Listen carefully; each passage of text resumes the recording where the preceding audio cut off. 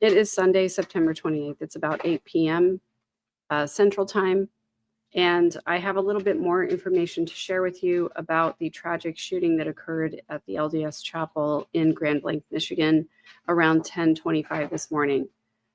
There is a new press conference which confirms that there are now actually 4 confirmed deceased victims, plus the shooter, as well as a little bit more information about the shooter themselves that I'd like to share with you.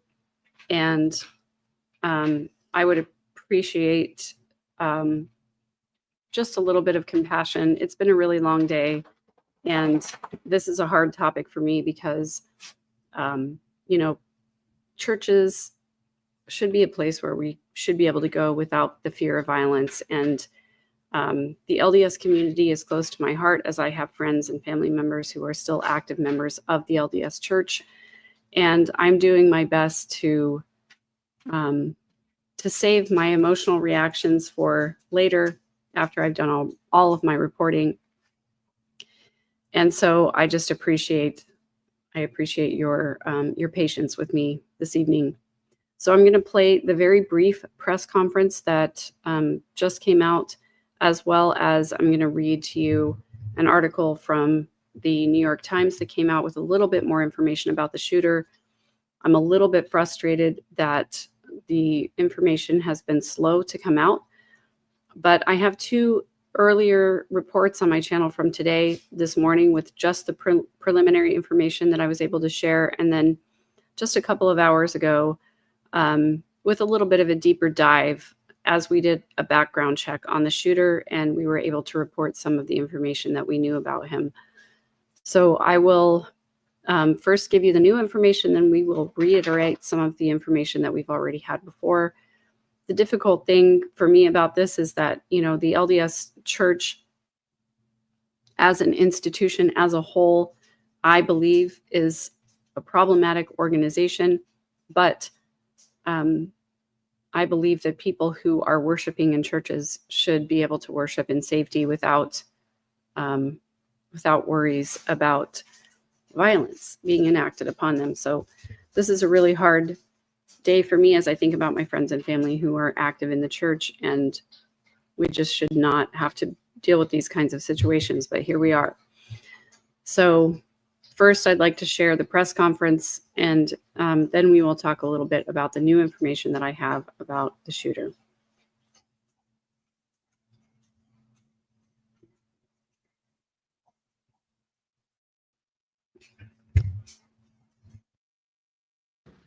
I'd like to introduce Chief William Renee from the Grand Blanc Township Police Department. Thank you for joining us as Lieutenant upon the conclusion of this press conference. With me here on the stage is Supervisor Scott Bennett, Fire Department Chief of Grand Blanc Township, Jamie Gent, DNR Chief, Jason Haynes, FBI Acting Special Agent in Charge, Ruben Coleman, and the ATF, James Deere, who is the Special Agent in charge for this area in Michigan. I have a couple updates for you. There is a couple additional bodies that we've discovered in the church. So that makes our total victim count up to 4 victims. As I said before, there has already been the suspect who is deceased as well. So we have 5 deceased persons from this tragic incident. Again, our thoughts and prayers go out to the victims of this incident that could have been completely avoided. And it's very tragic, and that's not what our community is. I'm confident that we're going to overcome this, as Grand Blanc always overcomes these type of incidents. And also like to acknowledge the heroism of not only the first responders, but the people who were inside that church at the time. They were shielding the children who were also present within the church, moving them to safety. Just hundreds of people just practicing their faith.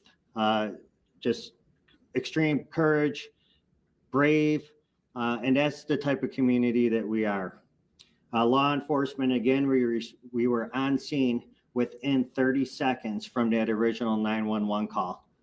Within 8 minutes, that suspect was neutralized in the back parking lot of the church by a DNR officer and a Grand Blanc Township officer. So where we're at right now, we're working tirelessly. We're working all night on this particular incident.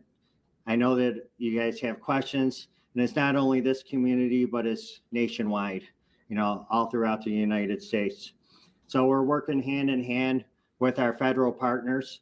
So I'd like to introduce FBI Agent Reuben Coleman to you, who he will give you an update on where he's at within the federal investigation. Sir.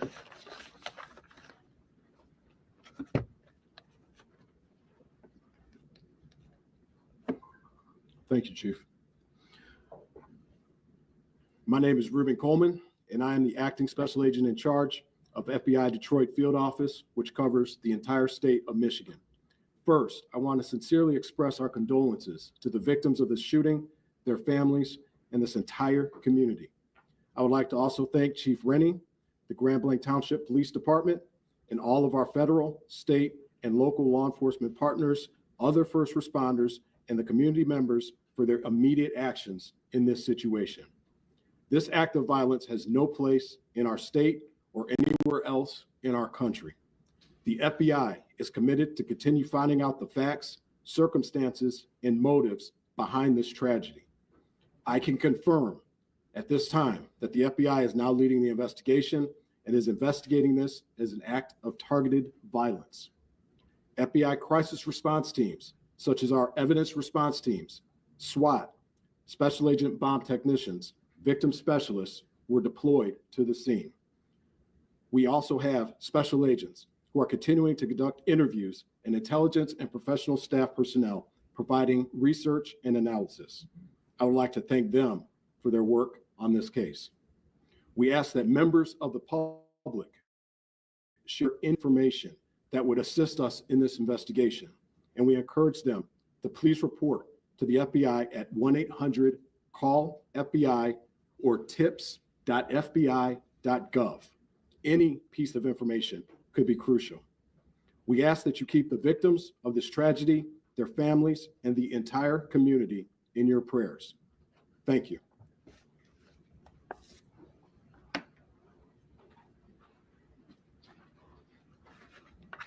Thank you, sir. The Michigan State Police continues to respond to several locations throughout the community as we receive additional bomb threats at other locations. Please continue to stay vigilant, and if you see something suspicious, say something. Call the FBI tip line or call 911 to report suspicious activity. This incident is an active investigation. Investigators are tirelessly combing through evidence under difficult circumstances and working to identify each victim as quickly and accurately as possible. The Family Assistance Center will be open from 8 a.m. till 8 p.m. Monday and Tuesday at the Genesis Conference and Banquet Center at 805 Health Park Boulevard in Grand Blanc. If you are still looking for missing family members related to this incident, you may call 248-705-7352 for assistance. The FAC is available to everyone in the community, victims, family members of victims, and community members seeking support who just want to talk. Trained counselors and victim services will be on site. We do not need volunteer counselors at this time, and we are not accepting donations of goods at this time. Please continue to monitor the Grand Blanc Township Facebook page for the latest updates. Once verified donation centers are made public, we will put those on the Facebook page. Also, the next update will be provided, update time will be provided on that Facebook page. And we'll open up to questions this time. Chief, has the church been cleared of bodies and victims? And if you could answer the podium, please. So as I said, we're working around the clock now. So we're working tirelessly to find additional bodies. So to answer your question, the entire church has not been cleared because it's a total loss due to the fire. So these first responders right now, they're in recovery mode. They're trying to fight through all the debris from the fire. So no, we have not cleared the entire church just yet. And I have a quick follow-up. Of the victims, the 4 dead, can you say how many were shot or how many died as a result of the fire? I could say this, 2 have been shot as a result, or have been shot, 2 of the deceased. Do you know how many people are unaccounted for? No, I don't know how many people are unaccounted for at this time. We do know that there are some that are unaccounted for. Can you explain a little bit about how the fire started at the church? I will leave that up to the ATF agent Deere. The question again? How did the fire start at the church? For this incident, the fire started, basically the suspect, all indications on this investigation are the suspect used an accelerant of some sort, we believe gasoline, and lit the church on fire. Was it an IED he may have used? There are, at this point, I'm not going to comment on IEDs. I will confirm that there were some suspected explosive devices that were located.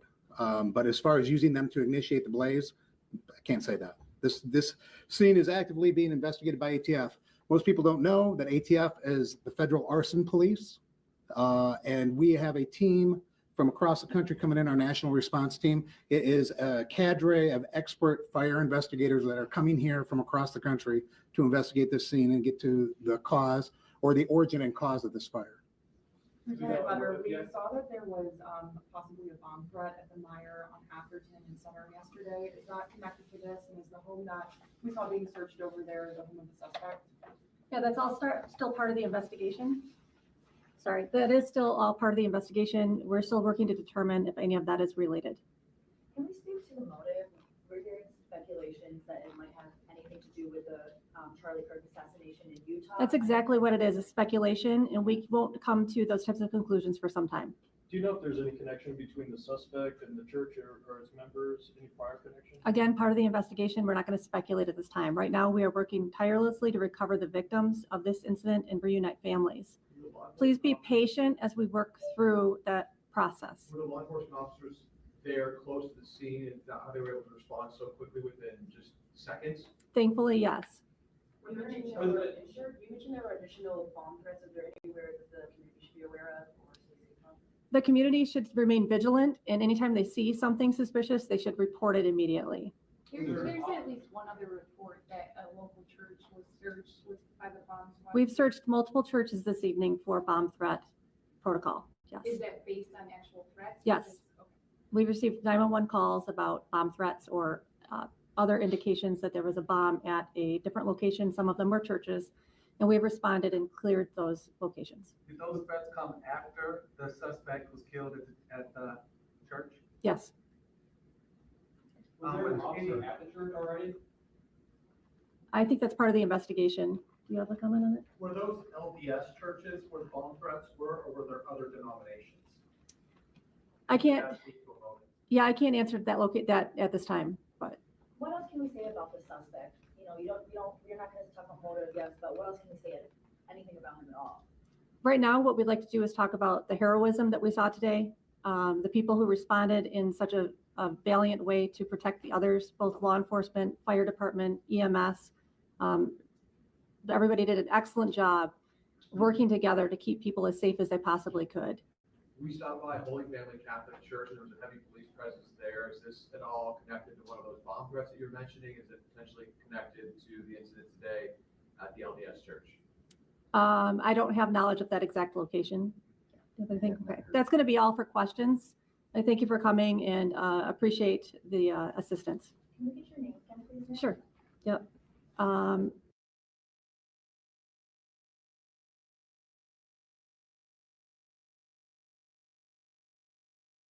Okay, so that's pretty much all that I have for the press conference. I also want to share this article from the New York Times as well that has a little bit more information about the suspect. I did share some information in the last live that I did, which I'll reiterate here in case you don't want dig through the hour and 40 minutes of that live. It says they believe the man identified as Thomas Jacob Sanford also intentionally set fire to the church. They added congregants were inside attending services when the building was engulfed in flames. So this happened about 10:25 this morning. The main worship service started at 10 a.m. According to my research that I've done between his house address and the church itself, this was definitely a target on this particular church, this particular congregation. There were other LDS churches that were closer to his home. There were other churches of other denominations that were closer to his home. And he would have known that the worship services began at 10 a.m. Eastern time. And so he knew that at 10:25 that the building would be as full as it could possibly be at that time. The article goes on to say the shooter was neutralized in an exchange of gunfire with responding officers. You just heard the police chief say that happened in the back of the parking lot with multiple law enforcement agencies involved. 4 people in the church have died, including, not including 4 people who were in the church in addition to the suspect have died, which brings the total to 5. And we know that at least another 6 people are in the hospital as a result of this tragedy this morning. 2 of those died of gunshot wounds, and 2 more bodies were found later in the church. 8 people were wounded. There's no motive that's been provided thus far, but records show that the gunman, who also went by Jake, graduated from a nearby high school in 2004. He served in the Marines from 2004 to 2008 and was deployed to Iraq from 2007 to 2008. My own research and background check on this individual has concluded that he also had a couple of DUI arrests and convictions that happened in South Carolina just after his deployment in the Marines. And then that was followed a year later by a bankruptcy that happened as well. This article says Mr. Sanford's father declined to comment in a brief phone conversation. Several attempts to reach the suspect's wife and other immediate family members were unsuccessful. Ryan Lopez, a former high school classmate who lives in the nearby city of Davidson, Michigan, said that he regularly saw Mr. Sanford around town and was still trying to process the news. He said he last saw Mr. Sanford at a gym in Davidson a few weeks earlier and nothing had seemed out of the ordinary. Quote, he was happy to me. He just seemed normal, Mr. Lopez said. Mr. Sanford was an avid hunter of geese, turkey, and deer and had seemed like a typical country kid while growing up, Mr. Lopez said. After high school, both men joined the Marines where Mr. Sanford did motor transport work, Mr. Lopez said. For roughly a year, around 2010, Sandra Winter, 56, rented a room to Mr. Sanford in her home in Jeremy Ranch, Utah. She described him as an unassuming man who worked for a local business doing snow removal and landscaping. He also had creative ambitions as a sculpture artist working with sheetrock, Miss Winter recalled. Miss Winter said she was shocked to hear that he was identified as the attacker in the shooting, a situation she said would, quote, never in a million years have imagined. In 2016, he married a woman who had gone to the same high school he did, according to court records, and they have a 10-year-old son. April Van, 66, who lives in an apartment complex near the suspect's most recent address, said that she did not know him, but she had seen the son taking out the trash. Another neighbor, Randy Thornson, 71, said he hadn't talked to Mr. Sanford for about 2 years, but that he seemed like a nice guy and would plow neighbors' driveways in the winter for free. Something must have happened, snapped somehow, he said, as police searched the area around the suspect's home. Earlier today, I did show a picture of the suspect's home in which, if you zoom in, you can see that in the back of his driveway on the fence, there was a stop sign and also a Trump sign. I'm not saying that any of this was necessarily politically motivated, but he also had 2 American flags in the back of his truck. I have speculated before that this may have had something to do with the illness of his son and possibly an estrangement from his wife, but none of that has been confirmed So that is all speculation on my part. Thank you for this. Lulu Baru says, a friend of a friend has attended this location. It's the main building for the stake in this area. And I have gone on and looked at the Grand Blanc Facebook page, and I can just say that I've seen pictures of the alleged shooter as well as pictures of the building. Allegedly, all of the Grand Blanc schools are closed tomorrow. It's a very small community, just over a few thousand residents, I believe.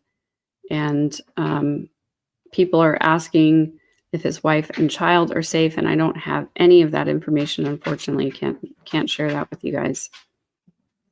But I will continue to update you as I receive more information. I'm going to keep tabs on this story, as well as trying to make sure that I get you all the most accurate information.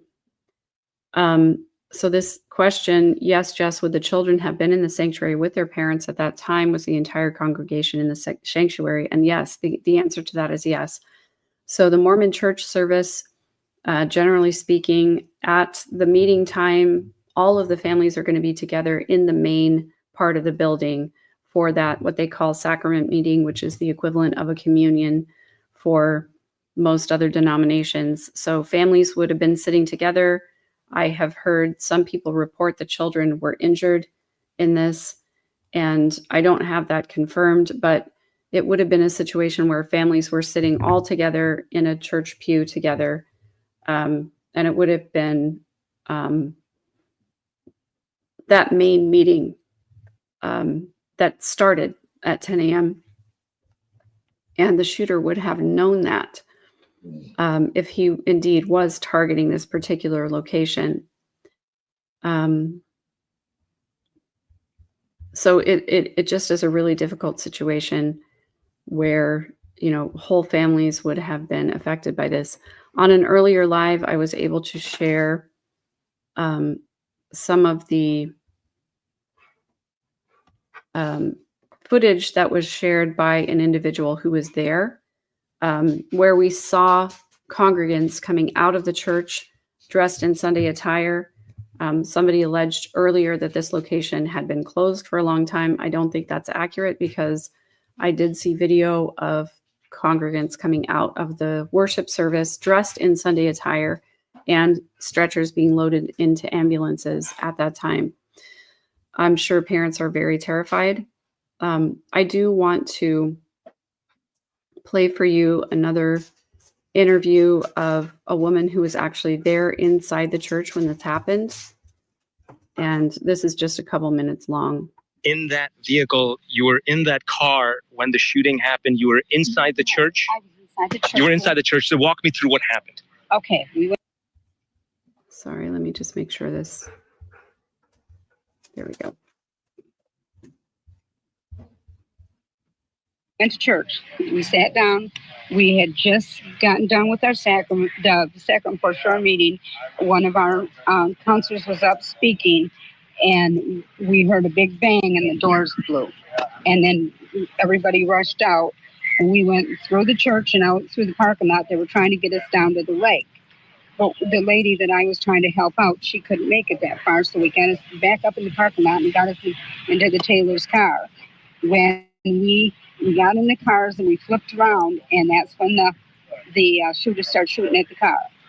And Brother Taylor is fine. It hit his hand, and then we got over there and we came here, and these nice people let us in, and we've been here since.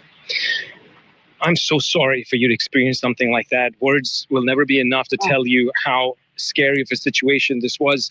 10:30, this unfolded. When you heard the loud bang, when you heard the gunshots, what was going through your mind at that point in time? Surreal. I didn't know what was going on. I didn't know what was going on, and I didn't know if we were going to have to get down, because we couldn't see anybody. You know, we couldn't see.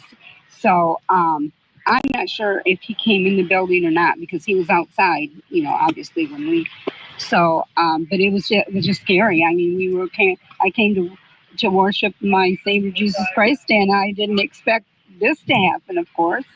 You know, it has, you know, it's, and I've lost friends in there. I'm so sorry to hear that. And some of my little primary children that I teach on Sundays were hurt.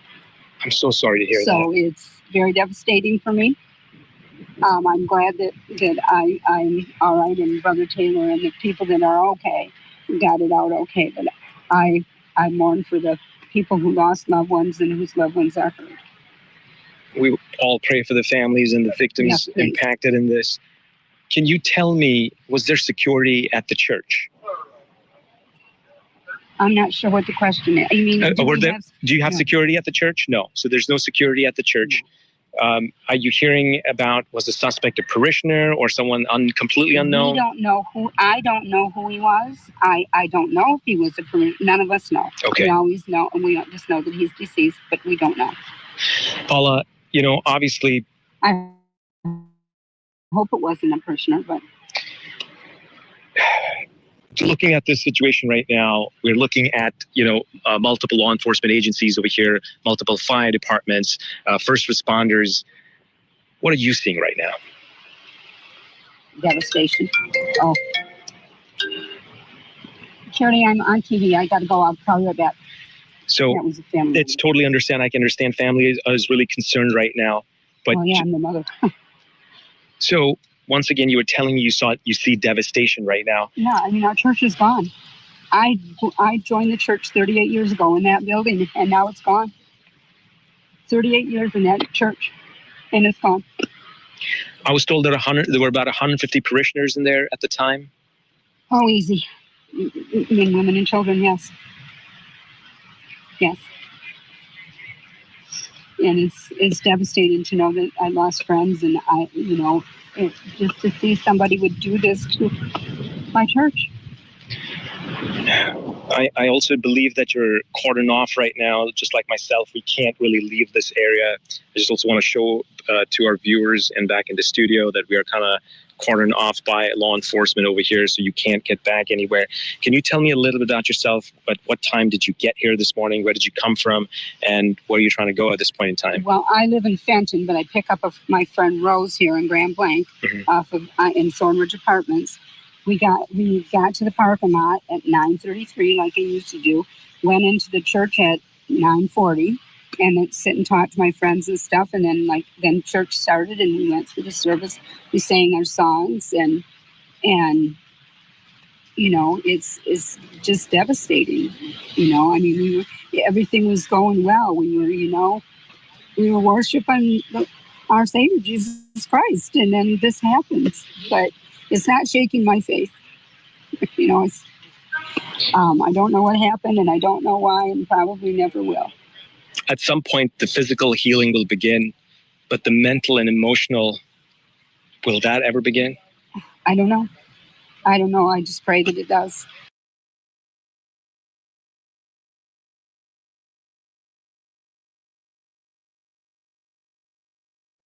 I want to share a Facebook post that is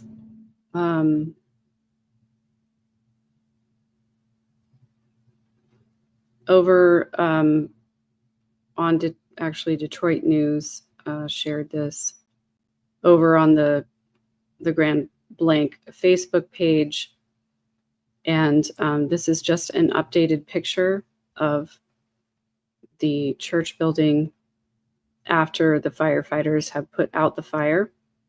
So what I want to point out is that this is the front of the church building, where you can see the truck that came in and rammed this wall right here. And I believe that the perpetrator then entered the church here. And, you know, some people have speculated maybe he planted some kind of an accelerant prior to this all happening. I'm not sure if that's true or not. Some people have said gasoline. The details are still kind of murky right now. But I want to point out that this entire section that has been burned out in the middle, this right here, this whole section is where the chapel was, where the main worship service would have taken place. And then, you know, from behind the American flag here, right here, This would have been one of the entrances to the chapel, actually to the lobby area, the foyer, if you will, and then you would have gone into the worship hall this way. So this whole area, this square part around here was the hallway. And then all of these little branches off to the side would have been classrooms and meeting rooms, as well as offices for the church leadership. So everything that has been burned to the ground, decimated. That was the inner worship area where families would have sat together in church pews. And again, this accelerant must have been extreme for this kind of devastation to take place. Again, the entire worship section of the church, the main building, the main part of the building where families would have sat together in pews, is completely decimated by this fire. Some of these outlying meeting rooms, the roof is still intact in one or two of these places, but the whole building is basically a total loss. There's no way that they're going to be able to rebuild any of this. They're going to have to raise the entire thing in order to get it back to, any kind of a semblance of worship. So I just wanted to share this picture with you. This comes from the Detroit News. Again, it raised to the degree of a 5-alarm fire at one point before they were able to neutralize it. And I also want to say too, these front entrances here and also on the other side over here would have been, there would have been places for people to exit, as well as if you go down this way, there would have been exits out this way and out the back as well. So there were possibilities for people to escape. However, if people were trapped in the front of the main worship area, it would have been very difficult for people to get out. And so that's why it makes sense that that we have another few victims here. So yes, Jess, a 5-alarm fire is just like the degree of severity of the fire goes from 1 alarm on up to how many ever alarms. Initially, they said this was a 4-alarm fire. The fact that it went up to a 5-alarm fire just means that the devastation and the loss of life probably was at a maximum. And Heather Rose, I agree with you here. He knew the church when people would have been congregated in the chapel area. He knew when people would have been in the building. And so I think, in my personal opinion, that he targeted this particular location of the LDS church.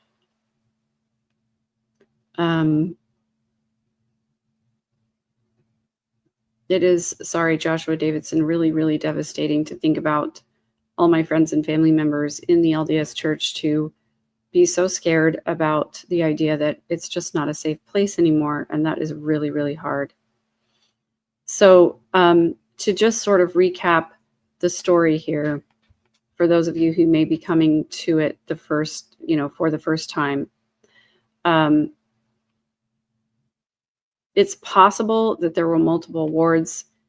In these larger buildings, sometimes what they will do is that they will have a congregation meet early. For example, one congregation may have met from 8 a.m. to 10 a.m. and then the next congregation would have met from 10 to 12, etc. So it's possible that there was more than one congregation meeting in this building at the time that this happened. But again, I believe that this was a targeted attack on this particular congregation, because when we look at the map data, if you go from his house, and I should probably show it to you just so you can see, this is the area where this took place. And, I have a couple different things flagged here. This is Burton, Michigan. This is the Burton Glen Charter Academy, which is just down the street from where the perpetrator lived. And then you can see there's another Church of Jesus Christ of Latter-day Saints here in Flint, Michigan, that's closer to the perpetrator's house than this one that is about 12 minutes away, where the the crime actually took place in Grand Blanc. So, you know, if he wanted to get to a Mormon church that was closer, he could have just gone north a little ways. That's one of the reasons that makes me think that it was this particular congregation that he was targeting. And there were also other churches between his house and the LDS church that he targeted. And so in my mind, that makes me think that it was particular to the LDS church. He had a wife and a young son, which makes me think that there's possible that there was some kind of a dispute between him and his wife. Maybe, you know, other news outlets have reported that his son had a rare congenital disease. And so it's possible that there was some kind of a custody battle or some other issue with the child that was going on that was that was triggering him to react in this way. Again, we just don't know. This is speculation at this point. I don't think that the death of the prophet was linked to this mess in any way. The prophet died early this morning. He was 101 years old, the prophet of the LDS Church, and so it doesn't really come as a surprise to most members that he has passed away. But I don't think that this tragic event was in any way connected with the death of the prophet. I can't imagine any kind of a link between those two things. So anyway, obviously this individual is very, very angry about something, to, you know, actually ram their truck into a church building, to set fire to the church building, and to open fire with an assault rifle on the congregants. It was definitely a pre-planned attack.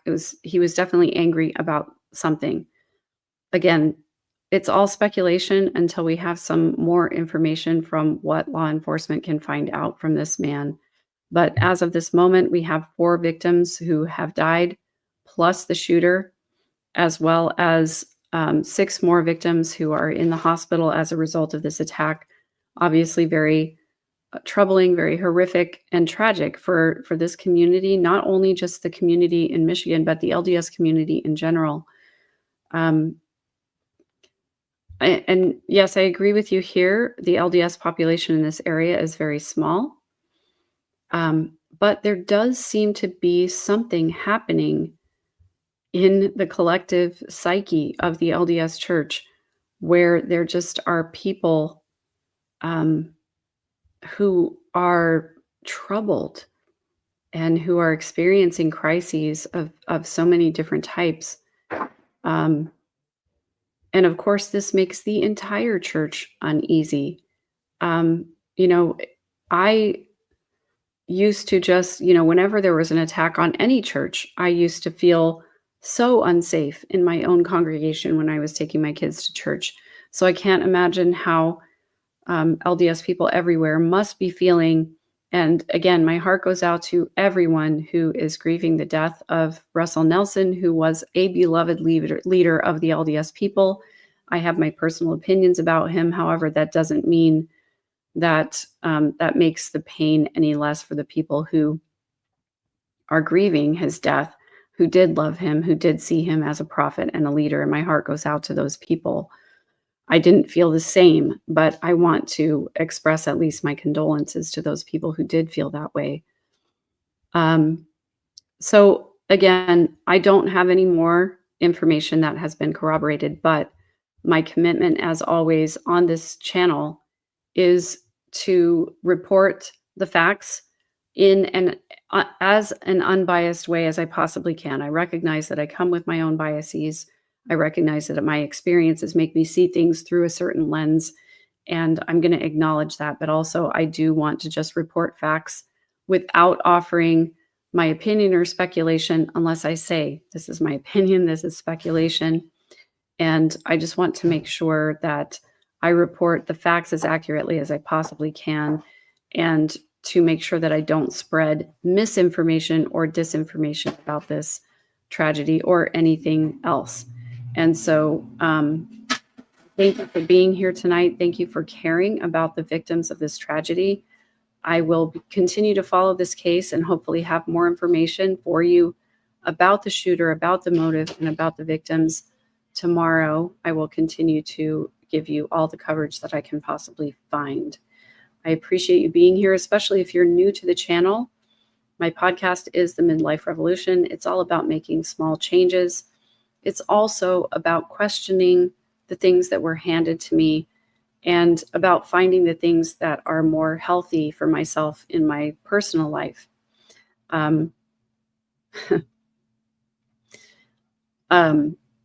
Kirk Sullivan, whenever I refer to Mormons, I refer to the entire spectrum of Mormonism, not just the mainstream LDS church, which has been called the Brighamite sect of the church, but also all of the people who derived from the original Joseph Smith Mormon church. Back then, it was called Mormon, and I don't use it as a derogatory term. I use it as all of the people who identify with the Mormon spectrum. And so it's the Brighamite church likes to be referred to as the Church of Jesus Christ of Latter-day Saints, and I respect that designation. However, when I talk about Mormons, I'm referring to all of the different branches that came off of that main church when Joseph Smith was killed. So I don't mean any disrespect by that. I just want to include Mormons on the spectrum, where there is a spectrum of belief as well. People in the church who are more nuanced, people in the church who are literal believers, people in the LDS church who, are there for family reasons or for whatever reasons when they don't believe. I want to include all of the people who are touched by Mormonism or who are affected by Mormonism, who are raised Mormons.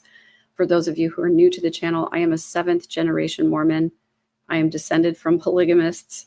My ancestors joined the church in the early church in Missouri when it was first, coming into when missionaries first went into Missouri in 1830, as well as when missionaries went to Norway very, very early on. So I identify as Mormon. I'm a 7th generation Mormon.